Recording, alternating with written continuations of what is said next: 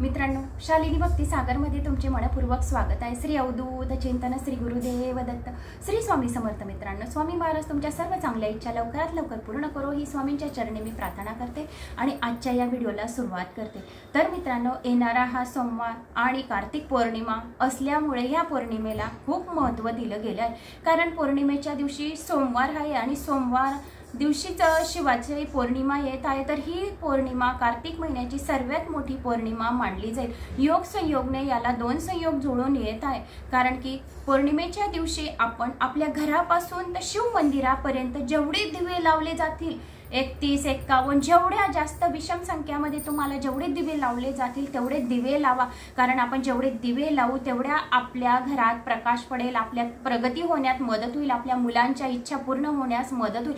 कारण की वर्षामधून त्रिपुरारी ही पौर्णिमेला सर्वात जास्त महत्त्व दिलं गेलं आहे आणि कार्तिक महिन्याची पौर्णिमा आहे। त्याशिवाय सोमवारी शिवाच्या वारावरी पौर्णिमा येत आहे। तर आपल्या घरापासून तर मंदिरापर्यंत दिवे खूप लावा, जेवढे लावतील अंगणापर्यंत सरळ मंदिरापर्यंत, मंदिराच्या चौकाटावर, मंदिराच्या आजूबाजू जर आपण 8 दिवे जर लावले तर लक्ष्मी आपल्यावर प्रसन्न होईल म्हणजे होईल आणि सर्व सिद्धी प्राप्त होईल। त्या दिवशी सोमवारच्या दिवशी खूप जणांच्या काही कमेंट्स येतात की ताई आमच्या मुलींचे लग्न जमत नाहीये, नोकरी लागत नाहीये, तर सोमवारच्या दिवशी पौर्णिमा आली आहे त्या दिवशी तर तुम्ही शिवाला विडा पानाचा अर्पण नक्की करा। आणि दुर्गाष्टमी पण येत आहे, दुर्गाष्टमी पण सोमवारी येत आहे योग संयोगने।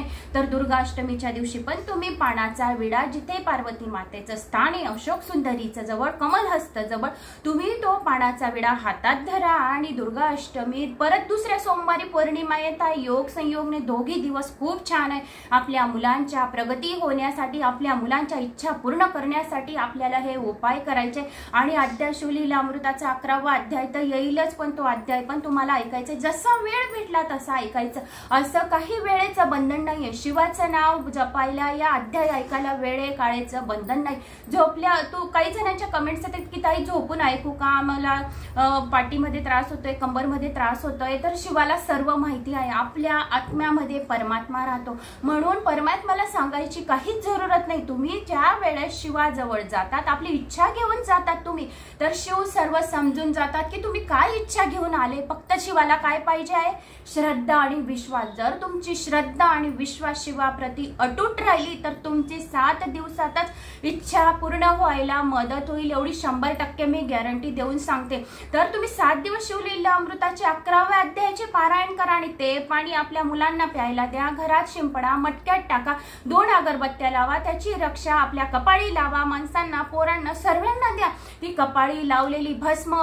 जर समोरचं कोणी तुमच्या दर्शन घेत असेल तरी पण सर्व पापांचे भस्म होतं, एवढ्या त्या भस्माला सुद्धा महत्व आहे। आणि या त्रिपुरारी पौर्णिमेच्या दिवशी सोमवार येत असल्यामुळे त्याचं महत्व काही अधिकच कोटी गुणा महत्व वाढून गेलंय। तर सर्वांनी आपल्या घरापासून तर मंदिरापर्यंत दिवे लावा। आम्ही पण सर्व पूर्ण चाळ मिळून आमच्या घराच्या आजूबाजू जे आहे लोक, तर आम्ही सर्व रात्री 12 वाजता त्या दिवशी वैकुंठ चतुर्दशीच्या दिवशी पण आपल्याला 12 वाजता जागरण करायचंच आहे। त्या दिवशी जर तुम्हाला कमलचं फूल भेटेल तर ते कमलचं फूल तुम्ही शिवलिंगाला अर्पण करा, आपल्या इच्छा बोला, इच्छा बोलणार तर खरोखरच नक्की पूर्ण होतात एवढी गॅरंटी। कारण वैकुंठ चतुर्दशी आणि लगेच त्रिपुरारी पौर्णिमा, कार्तिक महिन्याची पौर्णिमा हे 2 दिवस अत्यंत महत्त्वाचे दिवस आहे। जेवढे पूजा पाठ करणार, जेवढे जप तप शिवाचं नाव घेणार तेवढ्या तुमच्या इच्छा व्हायला मदत होईल। काही जणांच्या कमेंट्स आल्या की ताई आम्हाला मान सन्मान मिळत नाही घरात, आम्ही खूप काही कामं करतो।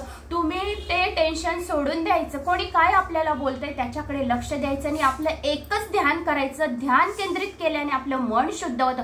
तर तुम्ही ओम नमः शिवाय बोला, जे काही बोलतील ते त्यांच्या पदरी पडेल, त्याला तुम्ही काहीच रिप्लाय देऊ नका। खूप साऱ्या व्हिडिओमध्ये पण मी तुम्हाला सांगते की कोण काय आपल्याला मन दुखवतं तर त्याच्याकडे तुम्ही लक्ष देऊ नका, आपण फक्त शिवाचं ध्यान करा। आपण शिवाचं ध्यान करत राहिलं की आपल्या समस्या संपूर्ण दूर होतात, एवढी 100% गॅरंटी। पण तुम्ही तुमचा विश्वास 99% पर्यंत डगमगू देऊ नका की 1% डगमवला तरी पण आपल्या विश्वासमध्ये थोडासा फरक पडतो।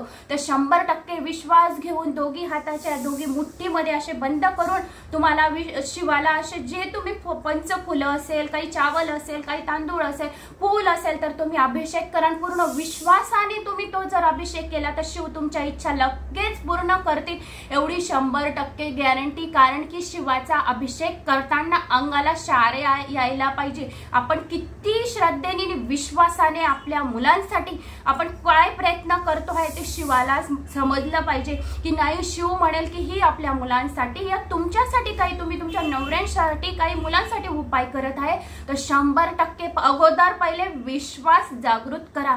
विश्वास राहिला म्हणजे सर्व काही तुमच्या इच्छा व्हायला लवकर मदत होईल, एवढी 100% मी गॅरंटी देते तुम्हाला।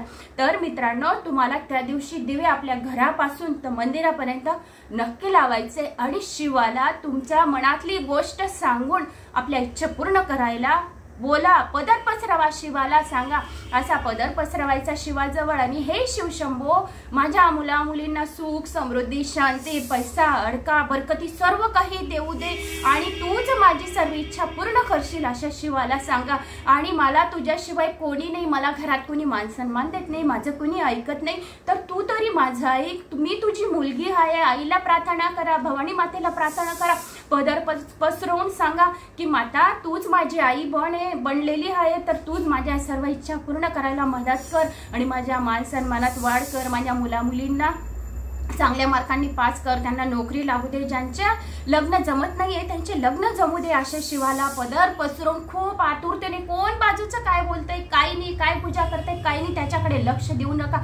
आपण काय पूजा करताय फक्त त्याच्यातच मग्न व्हा, म्हणजे आपल्या इच्छा पूर्ण व्हायला मदत होईल। आणि हा पदर पसरवलेला राहतो तुम्ही शिवापुढे, तर हा तुम्ही असा जवळ घ्यायचा आहे तुम्हाला हा पदर आणि याला आपल्या हृदयाला लावायचे आणि शिवाला परत हृदयात जवळ परत प्रार्थना करायची आणि बोलायचे की माझ्या मुला मुलींना तुम्ही सांभाळा, तुमच्याच आम्ही तुमच्या भरोसे तुमच्या विश्वासावर आम्ही हे सर्व कार्य करत आहे अशी तुम्हाला शिवाला प्रार्थना करायची आहे। तर मित्रांनो, व्हिडिओ आवडल्यास एक लाईक, चॅनलला सबस्क्राईब नक्की करा आणि जास्तीत जास्त जणांना शेअर करा। कोणी नवीन आलं असेल चॅनलला तर ऑलवर क्लिक करून घ्या आणि जय श्री महाकाल नक्की लिहा। महाकाल लिहिल्याने महाकाल आपल्या पदोपदी रक्षा करतो हे मी तुम्हाला अगोदर बी सांगितले ना आता पण सांगत आहे। जय श्री महाकाल कमेंट्स करून लिहा आणि माझा आत्मविश्वास वाढवायला मला प्रेरणा करा। जय श्री महाकाल।